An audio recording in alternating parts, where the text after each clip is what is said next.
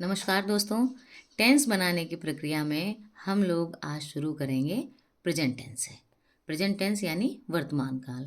वर्तमान काल जैसा कि आपने अभी पिछले वीडियो में देखा था कि प्रत्येक टेंस के 4 भाग रहेंगे।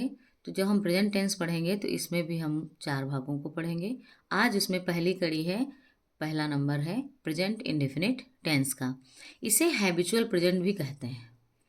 इस टेंस से कार्य पूर्ण हुआ या जारी है इसकी जानकारी नहीं मिलती है। पता नहीं चल पाता है ना कि कार्य कब तक चलेगा या कब समाप्त होने की उसकी संभावना है। बस ये पता है कि कार्य हो रहा है। पहचान क्या है इसकी? हिंदी वाक्यों के अंत में ता है, ती है, ते हो, ता हूँ इत्यादि आते हैं। जैसे कि रामपत्र लिखता है, बच्चे फुटबॉल खेलते हैं, माताजी खाना बनाती हैं, ती हैं, ते हैं इत्यादि इसके अंत में आएंगे। अब हम शुरुआत करेंगे नियमों से। तो नियम में सबसे पहले हम साधारण वाक्य देखेंगे। साधारण वाक्य में भी हमें एक वचनकर्ता और बहुवचनकर्ता के लिए अलग अलग नियम पर ध्यान देना रहेगा। एक वचन में जैसा कि आप सेंटेंस बनाने के टाइम कोई भी सेंटेंस बनाते हैं तो आपको पता रहता है कि सबसे पहले हमें कर्ता, कर्ता के बाद में अगर सहायक क्रिया है उसमें तो सहायक क्रिया, उसके उपरांत मुख्य क्रिया, मुख्य क्रिया की भी कौन सी अवस्था है इसका भी ध्यान रखना है, और उसके उपरांत कर्म की बात करते हैं। तो इसमें क्या है, एक वचन में सबसे पहले कर्ता, कर्ता के बाद मुख्य क्रिया की पहली अवस्था जो आधारभूत होती है क्रिया की स्पेलिंग। जैसे कि जाना कि गो, ये बेस है।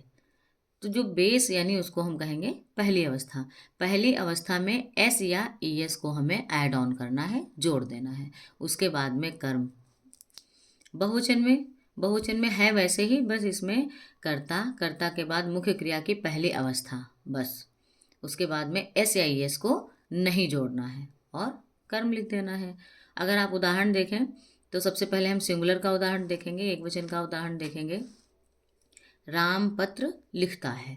राम आपका सब्जेक्ट है, लिखना आपकी मुख्य क्रिया है, पत्र आपका कर्म है। तो सबसे पहले राम, राम चूंकि एक वचन है, सिंगुलर है, इसलिए राइट में हम एस जोड़ेंगे, the letter. Ram writes the letter. ध्यान रखिएगा, सबसे पहले सब्जेक्ट, सब्जेक्ट के बाद वर्ब की फर्स्ट फॉर्म में एस या ई एस, उसके बाद में ऑब्जेक्ट। जब हम प्लूरल की बात करते हैं तो प्लूरल में आप उदाहरण देखिए, बच्चे फुटबॉल खेलते हैं। सबसे पहले सब्जेक्ट यानी बच्चे की स्पेलिंग बनाएंगे, उसके बाद खेलते हैं की स्पेलिंग बनाएंगे, उसके बाद फुटबॉल की स्पेलिंग बनाएंगे। तो बच्चे चूंकि बहुवचन है, द चिल्ड्रेन। खेलने की बेस वर्ब जो है वो प्ले है। प्ले में हम एस या ई एस नहीं जोड़ेंगे। क्यों नहीं जोड़ेंगे? क्योंकि यहाँ पर ये जो वाक्य है वो बहुवचन में है। उसके बाद कर्म यानी the football, the children play the football. आशा है आपको ये समझ में आ रहा होगा। इसके उपरांत हम आएंगे निगेटिव सेंटेंस पे यानी नकारात्मक वाक्य पे। नकारात्मक वाक्य में भी सिंगुलर और प्लूरल के नियम को हम अलग अलग देखेंगे। सिंगुलर में क्या करना है, सबसे पहले सब्जेक्ट, सब्जेक्ट के बाद हेल्पिंग वर्ब, इसमें डज का प्रयोग करेंगे। प्रेजेंट इंडेफिनिट टेंस में हेल्पिंग वर्ब डज का प्रयोग किया जाएगा। उसके बाद नॉट, नॉट के बाद मेन वर्ब की फर्स्ट फॉर्म, और उसके बाद में ऑब्जेक्ट। एग्जाम्पल आप साथ साथ देखते चलिए। उसी एग्जाम्पल को हमने नेगेटिव में बना दिया है। तो राम पत्र नहीं लिखता है।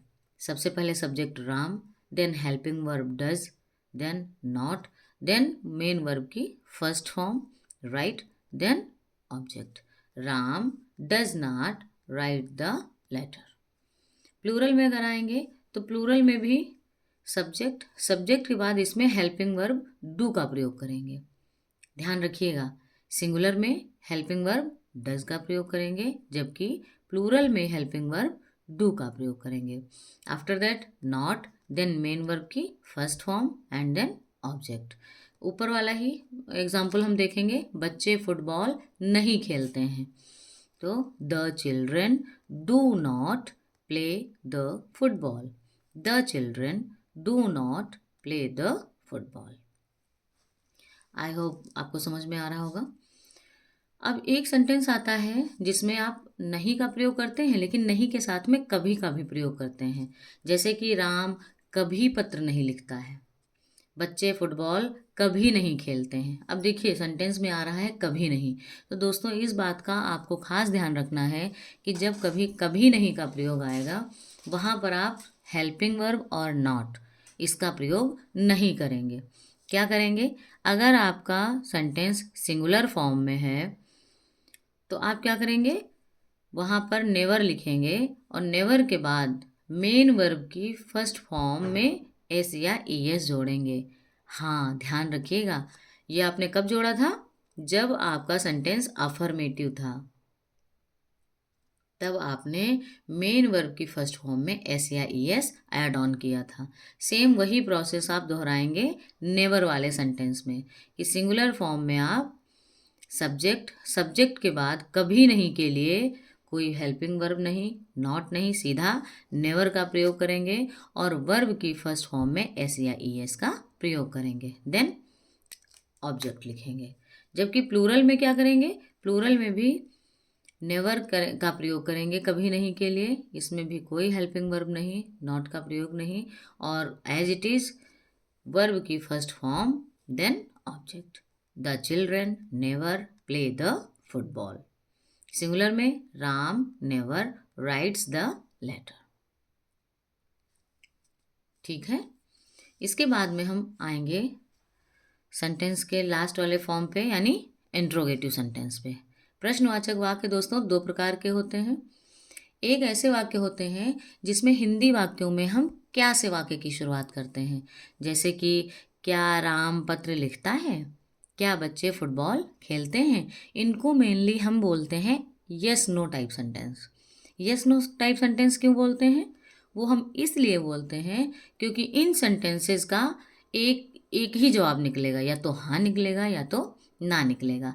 मान लीजिए हमने आपसे पूछा कि क्या तुम बाइक चलाते हो, तो या तो आप क्या बोलेंगे? हाँ, या फिर बोलेंगे नहीं। तो इन सेंटेंसेस को इसीलिए हम लोग यस नो टाइप सेंटेंस कहते हैं, क्योंकि इनका दो ही जवाब निकलेगा, या तो सीधा सीधा यस या फिर नो। इन सेंटेंसेस को जब हमको बनाना होता है तो हिंदी में सबसे पहले क्या से ही इनकी शुरुआत होगी, ये इनकी सबसे बड़ी पहचान है, क्या से इनकी शुरुआत होगी। अब सामने सहायक क्रिया कौन सी प्रयोग करना है, ये उस टेंस पे डिपेंड करेगा कि आखिरी में, वाक्य के आखिर में ती है, ते हैं, या रही है, रहे हैं, या फिर और भी किसी दूसरे सेंटेंस की टेंस की बात हो रही होगी। तो हमने क्या किया, चूँकि क्या से शुरुआत है तो क्या से शुरू होने वाले वाक्यों में अंग्रेजी बनाने के टाइम पर सबसे पहले हेल्पिंग वर्ब का प्रयोग करेंगे। हेल्पिंग वर्ब डू या डज। डू कब आएगा? जब सेंटेंस आपका प्लूरल फॉर्म में होगा, बहुवचन में होगा। डज का प्रयोग कब होगा? जब आपका सेंटेंस सिंगुलर फॉर्म में होगा, एक वचन में होगा। तो सबसे पहले डू या डज हेल्पिंग वर्ब, उसके बाद में सब्जेक्ट, उसके बाद में मेन वर्ब की फर्स्ट फॉर्म, एंड अंत में ऑब्जेक्ट। क्या राम पत्र लिखता है, तो does Ram write the letter. दूसरे टाइप के सेंटेंस आते हैं इसमें, डब्ल्यू एच टाइप सेंटेंस उनको बोलते हैं। हिंदी में इनकी पहचान ये होती है कि जो कब, क्यों, क्या, कैसे, कहाँ, ये जो प्रश्नवाचक शब्द हैं ये वाक्य के बीच में आएंगे। तुम कहाँ जाते हो, वह क्या करता है, यानी कि कब, क्यों, कहाँ, कहाँ आएगा वाक्य के बीच में। ऐसे सेंटेंसेस को बनाने के लिए सबसे पहले हम उसी डब्ल्यू एच की स्पेलिंग बनाएंगे। अब डब्ल्यू एच का मतलब, डब्ल्यू एच इसलिए यहाँ पर लिखा गया है क्योंकि ज़्यादातर जो आपके प्रश्नवाचक शब्द हैं उसमें से आप हाउ को छोड़ दीजिए,